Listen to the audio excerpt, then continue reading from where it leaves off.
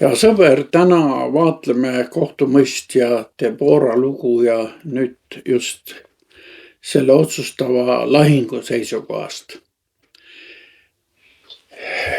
Kindlasti õpime me siit midagi Jumala usaldamise ja imeliste lahenduste kohta. Meil kõigil on oma 900 sõjavankrit, mis meid varitsevad, olgu selleks siis kroonilised mured, mis ei lase magada, või mõni lootuselt vinduv tüli pereringis. Kuidas sellistest olukordadest võidukalt välja tulla? Kujutagem hetkeks ette kaasaegset jalaväeüksust, millel puuduvad tankitõrjerelvad ja nad peavad lagedal väljal vastu seisma 90 tankile. Tulemus oleks ilmselt katastroofiline kaotus. Tegelikult kohtume me väga sarnase olukorraga kohtumõistjate raamatu 4.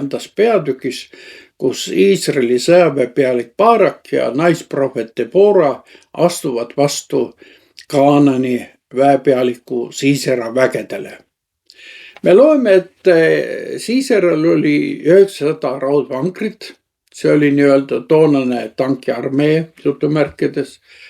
Barakil, kes talle vastu astus, oli küll 10 000 meest, kuid need olid halvasti relvastatud talupojad. Igal mehel polnud seal isegi kilpi ja odasid. Inimlikult võttes oli selline vastasseis lihtsalt enesetapp. Kuid just siin algabki Jumala strateegia. Kuulakem, millise sõnumi saatis Deborah Barakile. Eks ole, issand Iisraeli Jumal käskinud, mine rända Taabori mäele ja võta enesega kaasa 10 000 meest. Siis juhin mina su juurde Siiserai, Jaabini sõjaväe pealiku ning tema sõjavankrid ja väehulgad ja ma annan ta sinu kätte. See on kohtumõistjate raamatu 4. peatükk, 6-7 salm, aga kui sa laiemalt tahad sellega tutvuda, siis võta piibel ja loe seda peatükki pikemalt. Sõjalises mõttes oli selline väljaminek päris hullumeelne. Kuid vaatame taktikalist olukorda lähemalt. Barak oli koondanud oma mehed Taabori mäele. See oli tark otsus. Mägi on järsk, seal on hea kaitse ja mis kõige tähtsam, sõjavankrid ei saa mäest üles sõita. Siisera, olles kogenud väepealik, teeb aga vastukäigu. Ta toob oma raudvankrid Aroset Koimist Kiisoni jõe äärde Iisraeli tasandikule. Tema plaan on lihtne. Piirata mägi ümber ja sundida Barakit tulema alla lagendikule. Sest lagedal väljal oleks jalaväe võitlus vankrite vastu täiesti lootusetu. Olgu öeldud, et 67. aastal pärast Kristust proovisid juudid samas kohas roomlasi võita ja said hävitavalt lüüa. Kuid kohtumõistja Deborah loost tuleb mäng usk. Jumal annab tema läbi Barakile käsu tõuse, sest see on päev, mil issand annab Siisera sinu kätte. Mida see tähendas? See tähendas, et Barak pidi loobuma oma turvalisest positsioonist mäel ja minema alla tasandikule, otse nende surmavate vankrite ette. See polnud Baraki ega Deborah sõjaplaan, see oli Jumala strateegia. Jumal tahtis näidata, et võitu ei too mitte raudvankrid ega hästi varustatud armee, vaid tema sekkumine.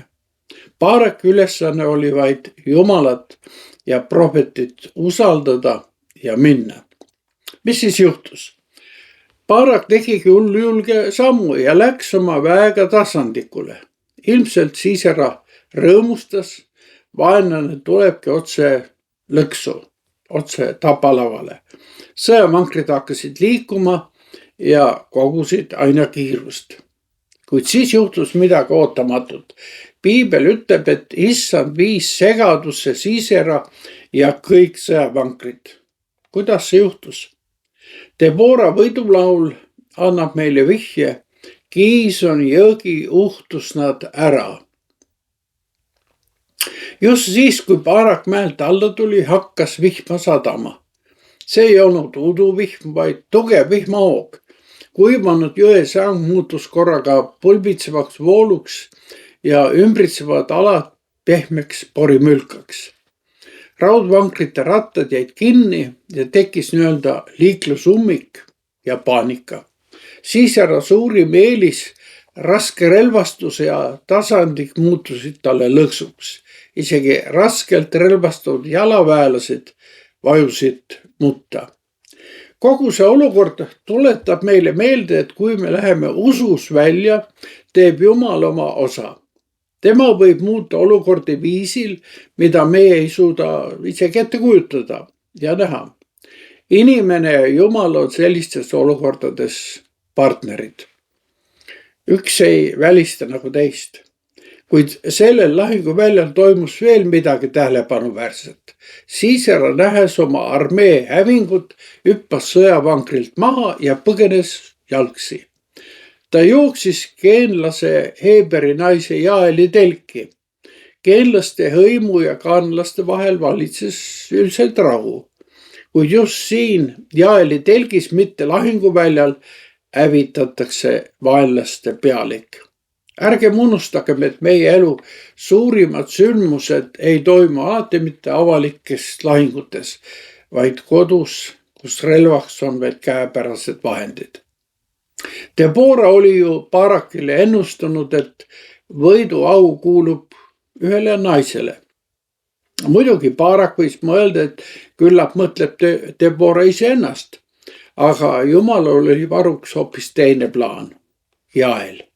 Jael kutsubki väsinud ja januse Sisera oma telki, annab talle juua piima ja katab ta tekiga ning Sisera uinub sügavalt, uskus, et ta on nüüd kaitstud külalislahkuse seadusega.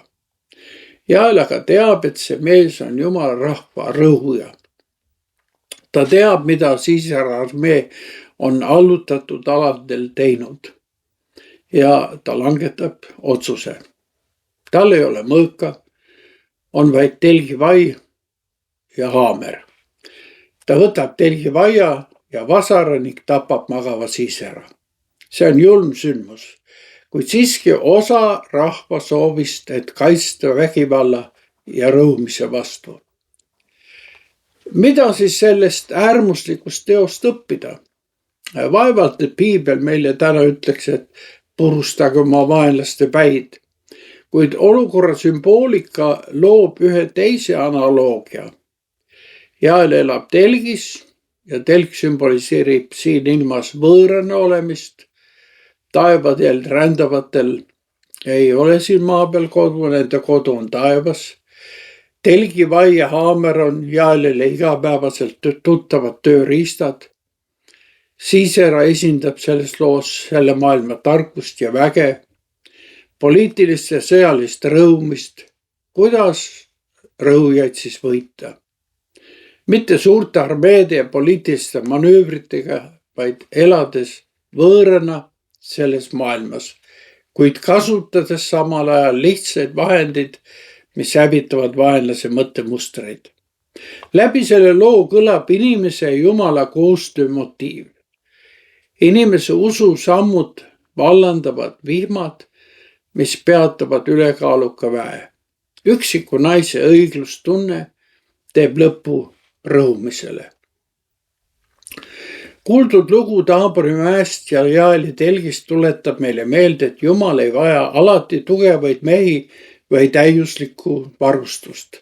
Ta vajab meie usku ja vaprust, et teha imesid. Võib-olla oled sa praegu võitlemas oma raudvankritega, mis tunduvad võitmatutena. Kuid praegu kuulsime, et usaldus Jumala vastu on võidu eeldus. Isegi kui väepealik Baarak alul kahtles ja vajas Debora julgustust, nimetatakse teda ikkagi Heebrea kirjas usukangelaseks. Jaeli lugu aga õpetab meile, et võit võib tulla sealt, kust me seda ei oota ja nõrkade poolelt. Lõpuks on see Jumala võitlus. Tema saadab vihma, tema ajab vaenlased segadusse ja tema annab võidu. Sina aga astu isegi siis edasi, kui tee tundub päris porine. Järgmine kord vaatleme Debora kiidulaulu kohtumõistjate 5. peatükiks. Seniks aga kohtumiseni.